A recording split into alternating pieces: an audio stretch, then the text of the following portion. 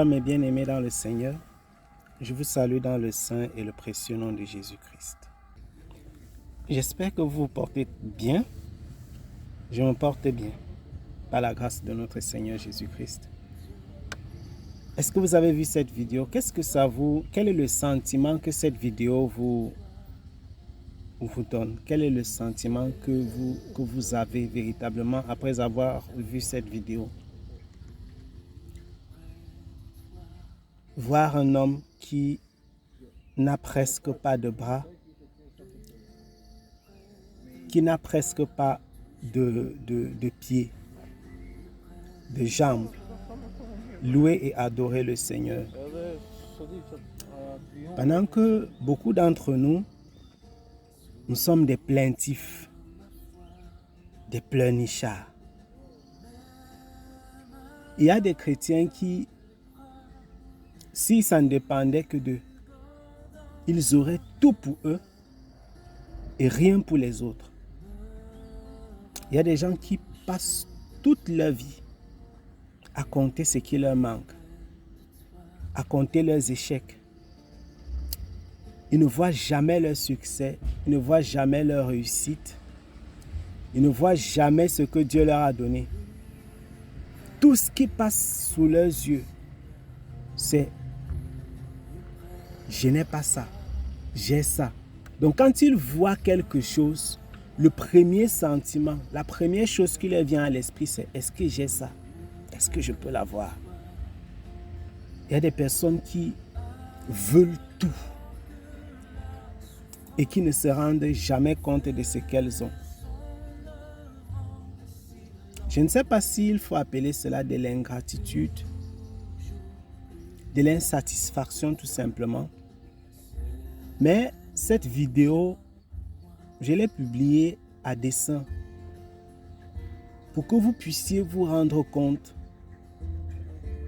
que si vous n'avez pas d'argument pour louer et adorer le Seigneur, il y en a qui les ont. Il y a des chrétiens qui disent « Je ne sais pas comment je peux prier pendant plus de 10 minutes, plus de 5 minutes. Parfois, je manque quoi dire au Seigneur. » Tu manques quoi dire à Dieu dans la louange ou dans l'adoration, dans la prière. Tu ne sais pas qu'est-ce que tu peux dire à Dieu pour lui dire merci. Parce qu'il y a des personnes qui comptent tellement ce qui leur manque à un tel point où, quand ils veulent dire merci à Dieu, ils veulent lui dire merci pour ce qu'il a donné en plus. Ils ne comptent plus les choses qu'ils considèrent comme étant acquises. Vous pensez véritablement que vous avez des choses qui vous sont acquises? Vous croyez vraiment que vous avez droit à quoi que ce soit?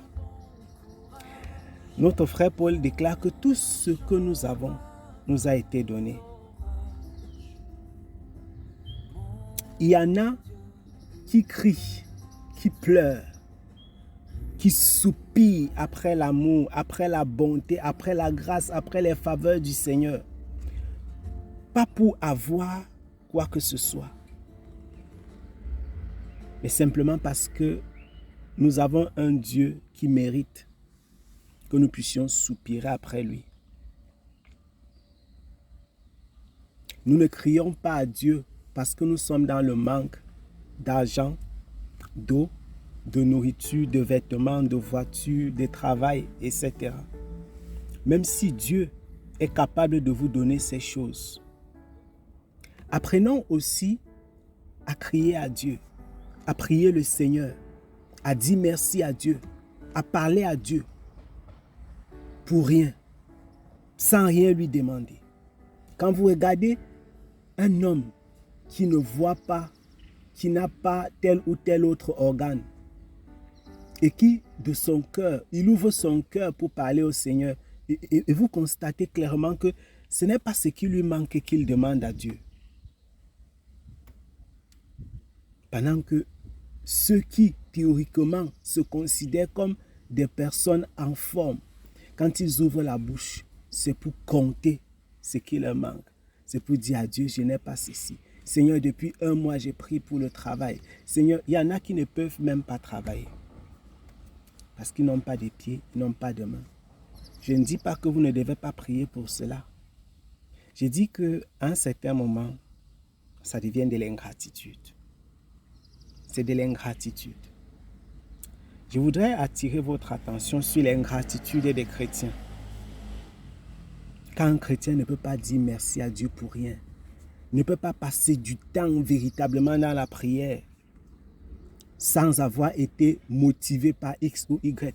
Quand quelque chose de merveilleux se passe, alors il peut louer, il peut adorer, il peut chanter, il peut sauter, il peut faire pendant 15, 20, 30 minutes, 1 heure de temps. Mais quand il fait 2, 3 jours après avoir prié longuement sans, il est découragé, il est fatigué.